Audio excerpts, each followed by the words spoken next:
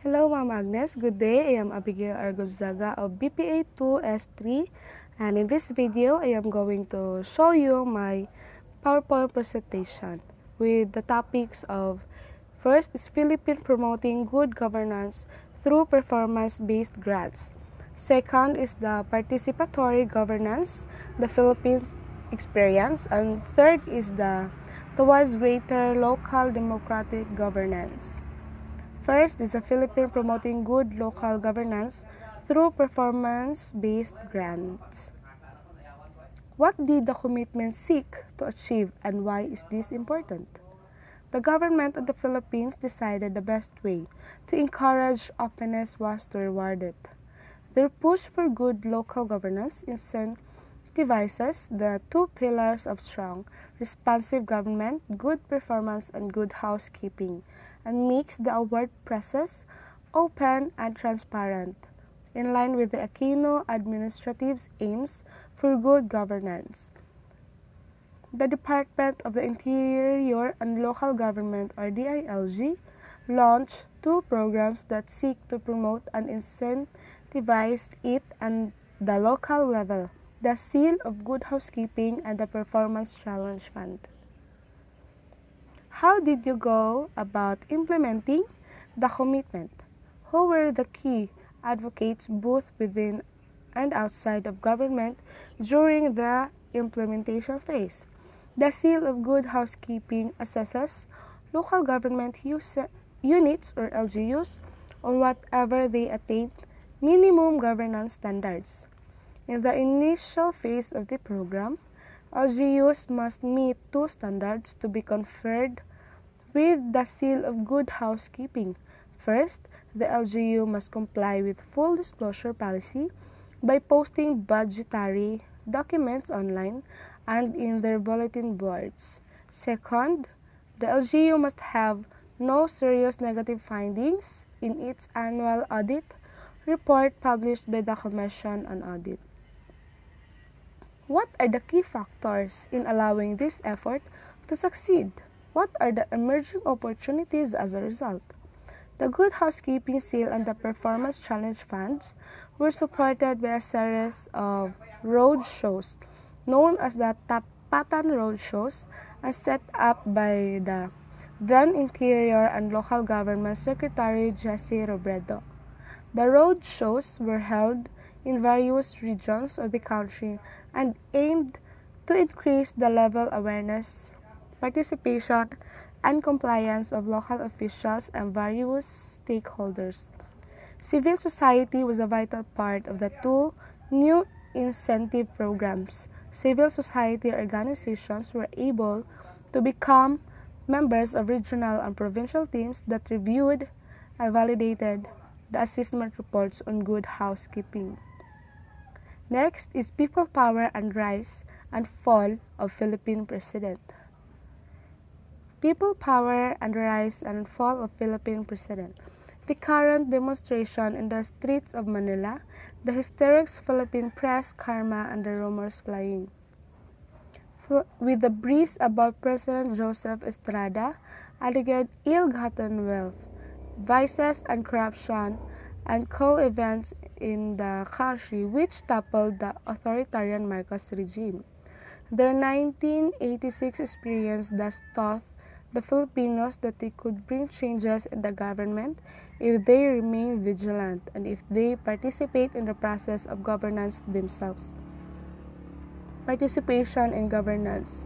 The Philippine archipelago in Southeast Asia, which lies south of Japan and Taiwan, east of mainland Asia, and north of Indonesia.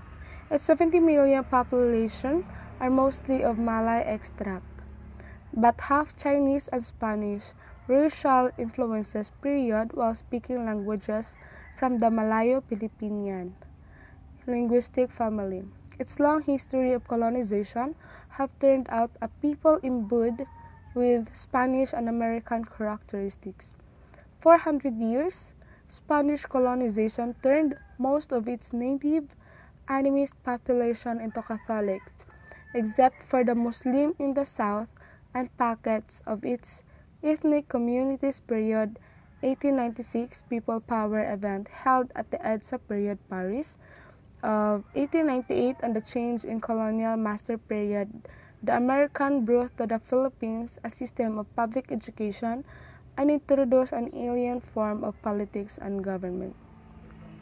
Historical background. Government in the Philippines started with independent city states called barangay, although almost in terms of territory normally encompassing only 100 families.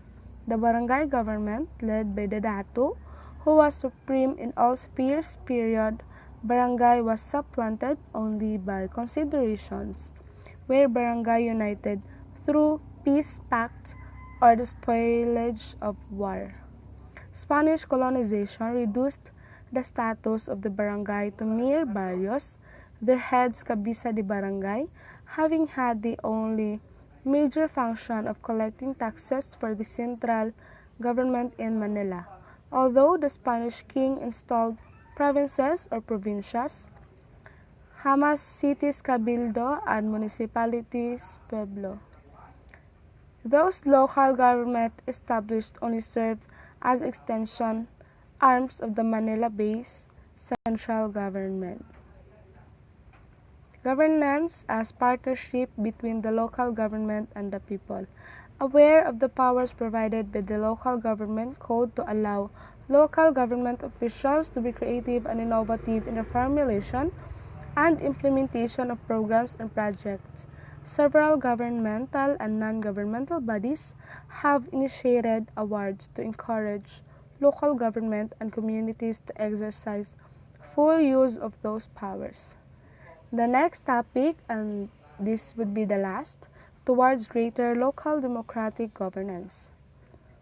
The three IP partner countries differ in demographic and socio-economic characteristics.